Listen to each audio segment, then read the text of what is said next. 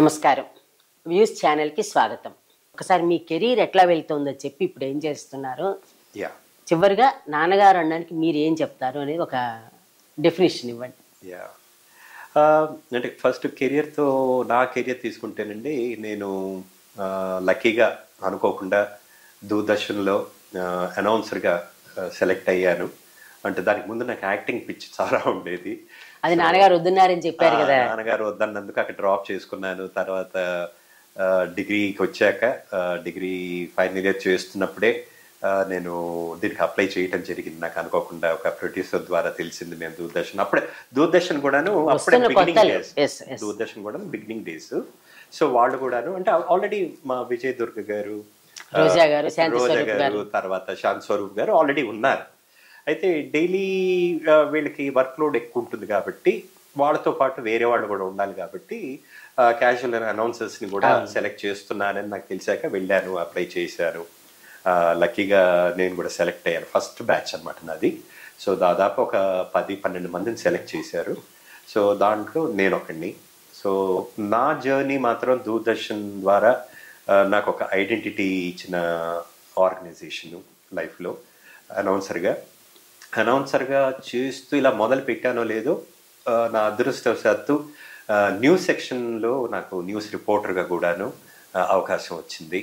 So ఆ అవకాశాన్ని కూడా నేను 2 చేతుల్లో తీసుకున్నాను. ఎందుకంటే నేను బేసికలీ ఒక ఏరీస్ అండి, నా సైన్. సో ఏరీస్కి ఏంటంటే ప్రతి దానికి ముందు తలబెట్టే లక్షణం ఒకటి ఉంది. సో నాకు ఇది నా చేత కాదు అనే క్వశ్చన్ అనేది లేదు. ప్రతి ఒక్కటి నేను చేయగలుగుతానన్న నమ్మకం నాకు, అంటే మేబీ ఏరీస్ అయినా అది నాకు స్వతహాగా వచ్చిందో నాకు తెలియదు. సో న్యూస్ రిపోర్టర్గా చేస్తామంటే అసలు ఏం చేయాలో తెలియదు, ఒప్పుకున్నాను. సో లక్కీగా అక్కడ మా ప్రొడ్యూసర్ సుధాకర్ గారు అని ఉన్నారు. సో సుధాకర్ గారు నాకు బ్రీఫింగ్ ఇచ్చారు. ఏం లేదు, ఇలా నువ్వు న్యూస్ ఈవెంట్స్కి వెళ్ళాలి.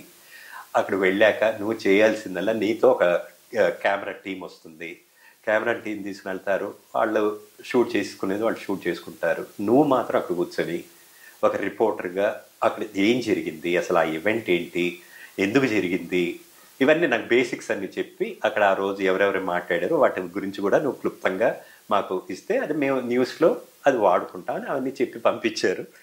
సో నాకున్న ఎంతూజియాజంకి, ఇంట్రెస్ట్కి నేను రోజు ఒక 3 నుంచి 5 ఈవెంట్స్ కవర్ చేసేవాడిని.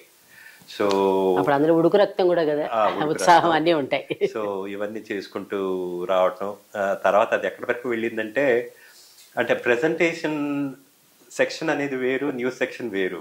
సో ఇక్కడ పేమెంట్స్ దగ్గరకు వచ్చేసరికి, రామకృష్ణ నువ్వు అక్కడికి న్యూస్లో చేస్తున్నావు, నువ్వు అదే రోజు ఇక్కడ చేస్తున్నావు, సో నీకు పేమెంట్ ఎలా చేయాలి మాకు అర్థం కావట్లేదంటే నేను ఒకటే అన్నా, నాకు పేమెంట్ గురించి అసలు సమస్య లేదు, నాకు 2 రావాలని నేను కోరుకోవట్లేదు. చేయటం ఇంపార్టెంట్, నేను మేనేజ్ చేసుకుంటాను, అది నాకు వదిలేయండి. పేమెంట్ విషయంలో అంటారా, మీరు ఆ సెక్షన్ వాళ్ళు ఇచ్చినా ఓకే, మీరు ఇచ్చినా నాకు ఓకే అని నేను ఒక మంచి సామరస్యమైన ఇది ఒకటి కనుక్కున్నాను. ఎందుకంటే నాకు వర్క్ కావాలి, అది చెయ్యాలి. సో అలా ఎంత చేస్తే అంత వస్తుంది. అంతేనండి. నాకు ఏంటంటే అదే చెప్పినట్టు ప్రతి ఒక్కటి మనం చెయ్యాలి, ఎందుకు మనకు కాదు, మనం ఎందుకు చేయలేము అనేది నాకు చాలా ఇదనమాట. సో అలాగే నేను న్యూస్ రిపోర్టర్గా కూడా ఒక 2-3 ఇయర్స్ చేశాను. ఇంకా ఇక్కడ చేస్తూనే నాకు సెలబ్రిటీస్ని ఇంటర్వ్యూ చేసే అవకాశాలు దొరికాయి.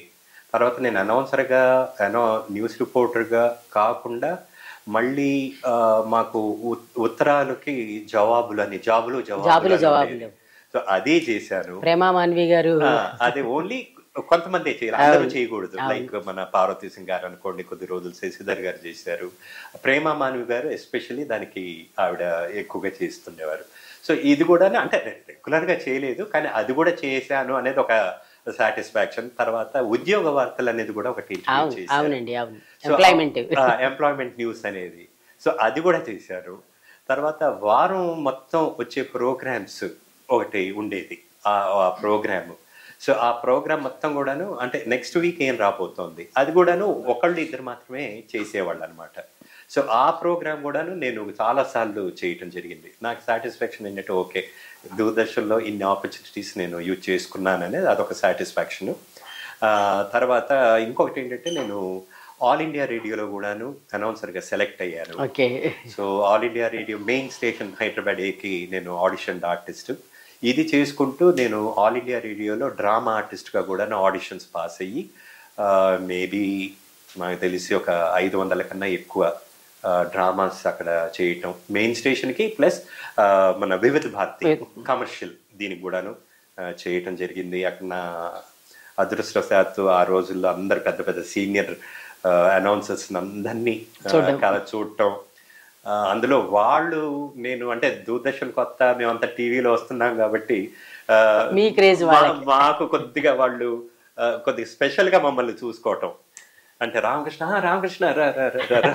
అని చెప్పేసి చెయ్యేసుకొని మాట్లాడటం, సో చాలా ఆప్యాయంగా మాట్లాడటం, ఇవన్నీ కూడా అంటే అది నాకు ఈ రోజు when I look back in life అంత పెద్ద అనౌన్సర్స్ లైక్ జ్యోత్స్న గారు, ఇలియాస్ గారు, మన సత్యనారాయణ గారు, రేడియో అక్కయ్య గారు, ఒకళ్ళు కాదు ఇద్దరు కాదు, అందరూ హేమహేమీలు. సో వీళ్ళందరితో కూడాను నేను కలిసి అనౌన్సర్ గా వాళ్ళ దగ్గర వాళ్ళతో పాటు అంటే ఇద్దరిద్దరు అనౌన్సర్స్ ని వేసేవారు. సో ఇద్దరు అనౌన్సర్స్ లో ఒక్కడిగా నేను, సో వాళ్ళతో పాటు కలిసి చేశానన్న ఒక సాటిస్ఫాక్షన్. సో ఇక్కడ చేస్తున్నప్పుడు నాకు ఎస్ఐటి అని టెలిస్కూల్ అని, సో అది కూడా అక్కడ కూడా నేను అనౌన్సర్ గా సెలెక్ట్ అయ్యాను.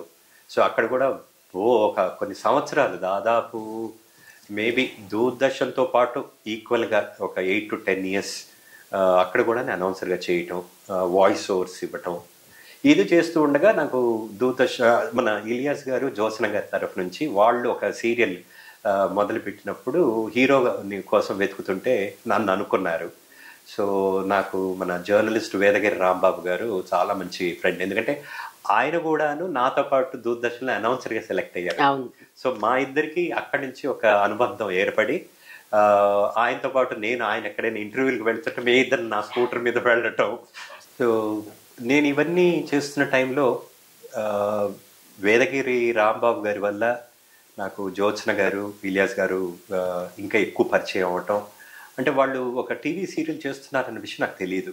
అయితే వేదగిరి రాంబాబు గారు ఉండి ఇలాగ వాళ్ళు ఒక టీవీ సీరియల్ అనుకుంటున్నారు, దానికోసం హీరో కోసం వెతుకుతున్నారు, సో మీరు కరెక్ట్గా ఉంటారు దానికి, రండి మిమ్మల్ని పరిచయం చేయిస్తానని చెప్పి ఆయన తీసుకెళ్ళి నన్ను పరిచయం చేయించడం జరిగింది.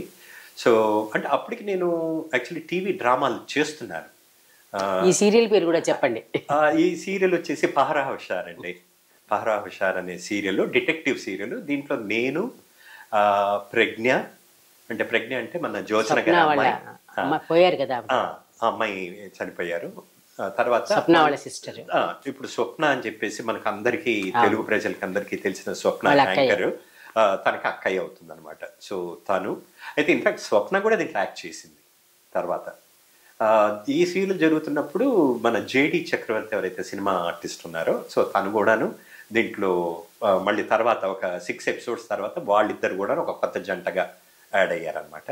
దీంట్లో మన జేవి సోమయాజుల్ గారు అప్పుడే శంకరాభరణం ఇవంతా కూడా హిట్ అయ్యి వారు చాలా చాలా పెద్ద సూపర్ స్టార్ అప్పుడు. సో వారు ఈ సీరియల్లో ఒక చాలా విభిన్నమైన క్యారెక్టర్ చేయటం జరిగింది యాజ్ అ డిటెక్టివ్ ఆఫీసర్. తర్వాత వారిని ఒక కొత్త యాంగిల్లో చూపించడం జరిగింది, ఆయన సిగరెట్లు కాలుస్తూ. అంతవరకు నిష్ఠాగరిష్టంగా చూసాం.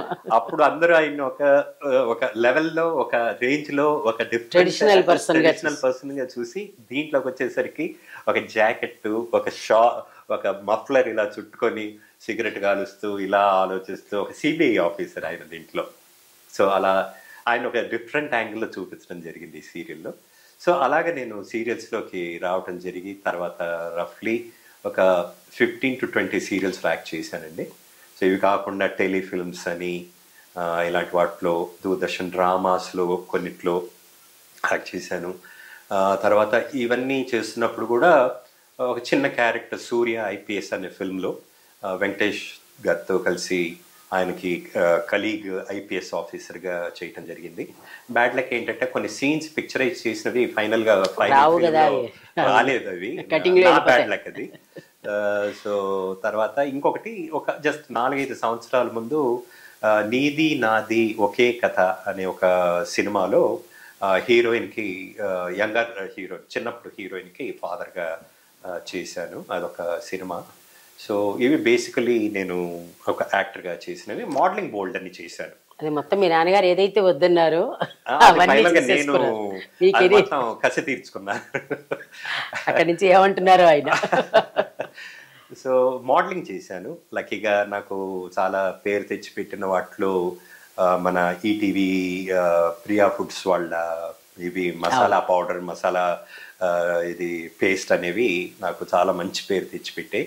సో అది స్టేట్ బ్యాంక్ ఆఫ్ ఇండియా ఇవి కాకుండా ఇంకా బోల్డ్ అని చేశాను.